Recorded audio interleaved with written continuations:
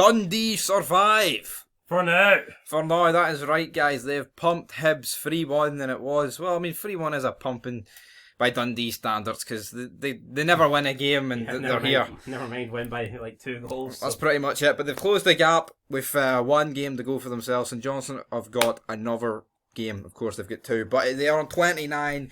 They're behind St Johnstone on 32. But it was a fast start by Dundee. Niall McGinn, of course, from Aberdeen. He's joined the Dundee man, and I thought he was done. He's finished.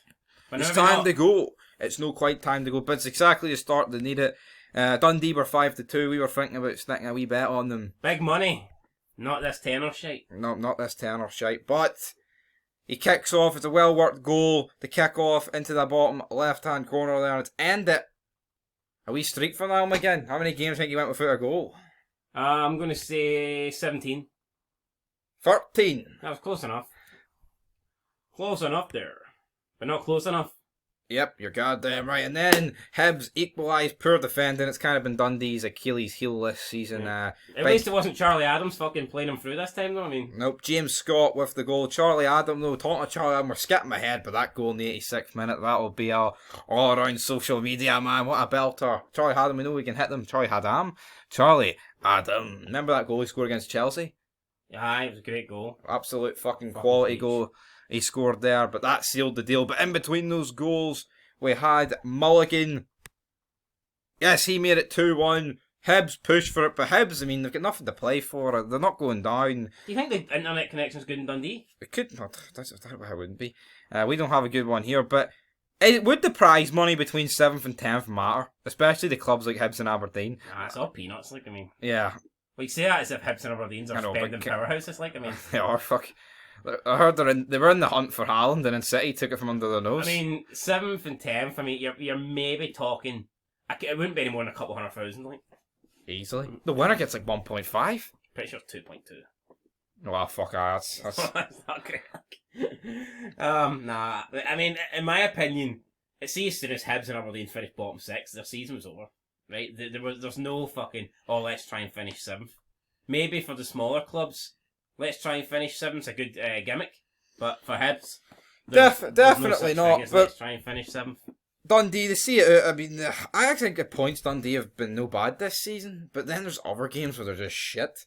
Yeah. I think so. And St Johnstone, though. I'll stand by it. I think what got Dundee down was bringing in Mark McGee. Yeah, they were doing pretty well. I mean, they just defeated Hearts with what's his name, Callum Neal or what? Callum O'Neill.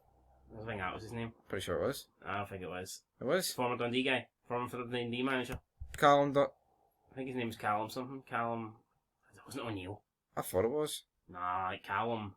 Something Callum. Something Callum, right? Anyway, right, they were doing good. I think even though they were losing a lot of games, but in my opinion, the games they were losing, they were like fucking tight games. Like, they were just, unfortunately, and since they brought in a guy who was already banned for a bunch of games. Yeah, they brought in Mark McGee, and like, yeah, the first game that he came in, they fucking almost got a draw against Celtic that he had practically no control over because he didn't really take charge of the team till after that.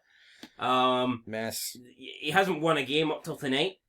He showed no signs really of winning games. You look at his managerial record, right? People can say, oh, this guy was a decent manager. Yeah, back in like fucking 1998 or whatever. You look at his last 3 clubs he managed in Scotland, and he all got sacked, and he had horrible win-loss record percentages. So, I mean, why this guy very stupid. You know, a dinosaur. I mean, let's be real. Exactly. But any chance these guys have of surviving is St Johnstone dropping points in both games. And of course, St Johnstone, they play Aberdeen next, which is the Mora, and then they play Hibs, the 2 teams we were slandering about earlier on. Can you see St Johnstone losing both of them? One's at home and the other's at Easter Road. The way Aberdeen and Hibs are playing, yeah, I mean, I'll be honest, I don't see St Johnstone losing both of those games.